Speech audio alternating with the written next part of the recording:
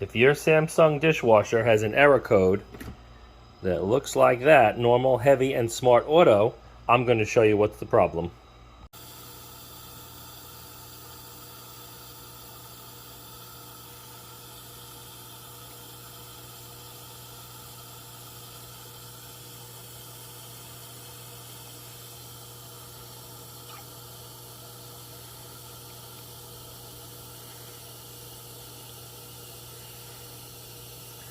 That black mass is a float, and if it sticks to the bottom, it won't run a correct cycle.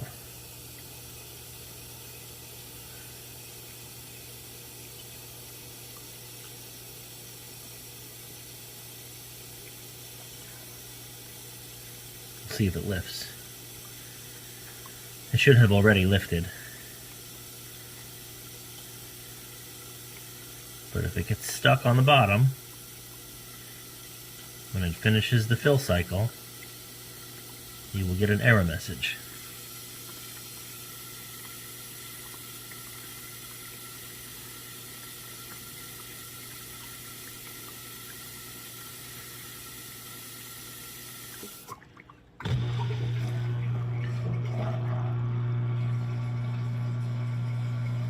Now this is going to drain and give you the error code.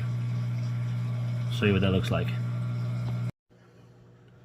And for those of you that wanted to see more, here is what I found out is called the brake case assembly. This is where the float lives, in here. Getting this off was a little more difficult than it looked, but most of the places will tell you to go inside the machine and take off the bolt that holds this whole housing on. But I'm thick-headed, so I figured out this connection here actually has a tab in the back. So this had to come forward in front of the case assembly to come out. So if you looked at, there's two teeth, and then there's a little lip back here. You can see that, this part here, holding it in. So this part needs to come forward out of the assembly. It's still hooked up, I didn't really disconnect anything. And then I got the tabs off. There's 4 tabs that sit, 1, 2, 3, 4, in these holes. You just push those back in and they pop right out. Then I couldn't really get in there, so I had a bolt laying around, threw a pipe cleaner on that, and that cleans out the channel to get the mold and the stuff that's left in the channel. Clean that out, threw some detergent in there, and we're going to put it back together and see how it goes. Should be good. Oh wait, here's your float. This is what the actual float looks like. It was sticky to the touch, so we ran that through the wash a couple times, some hand lotion, some Windex, some Lysol, just to clean it up good, get all the debris off it. And it does seem to have an orientation inside. You can see that there's a slot where this sits. So we're going to put this back together, and that should be start to finish on how to fix that error. Okay, put everything back together, quick snap back in, started the cycle, and let's see if we get motion on the float.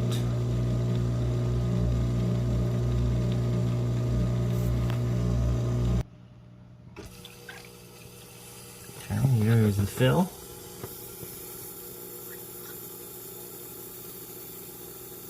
No leaks, which is good.